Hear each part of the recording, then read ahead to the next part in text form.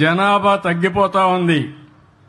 2.1 ఉండాలి. అంటే ఒక కపుల్ జీవితకాలంలో 2 కంటే ఎక్కువ జన్మనివ్వాలి. అప్పుడే జనాభా కంటిన్యూ అవుతుంది. అంటే 2 వరకు చనిపోతా ఉంటారు. కానీ ఈరోజు వచ్చింది ఆంధ్ర రాష్ట్రం 1.5, 1.6కు పడిపోయాం. దీనివల్ల జనాభా తగ్గే పరిస్థితి వస్తా ఉంది. మీ ఊర్లో రేపు రాబోయే రోజు 2035కి జనాభా పెరగదు, ఇదే మారిగా తగ్గిపోతుంది. కడాన పిల్లలు ఉండరు ఊర్లో, అంత ముసలోళ్లే ఉంటారు. తర్వాత ఊర్లే ఉండవు. అందరూ చనిపోతే ఊరే ఉంటుంది, వేరే ఊరే అయిపోతుంది. అలాంటి పరిస్థితి రాకూడదని నేను ఆలోచిస్తున్నా.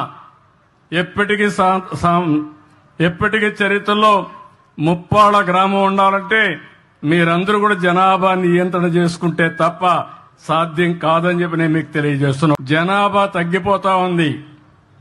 2.1 ఉండాలి. అంటే ఒక కపుల్ జీవితకాలంలో 2 కంటే ఎక్కువ జన్మనివ్వాలి.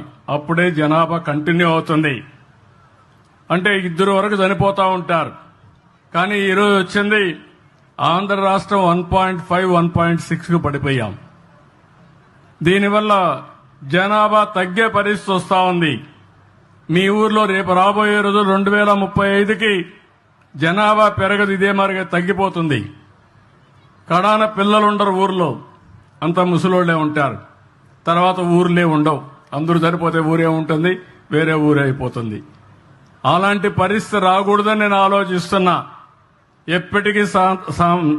ఎప్పటికీ చరిత్రలో ముప్పాళ్ళ గ్రామం ఉండాలంటే మీరందరూ కూడా జనాభా నియంత్రణ చేసుకుంటే తప్ప సాధ్యం కాదని చెప్పి నేను మీకు తెలియజేస్తున్నా.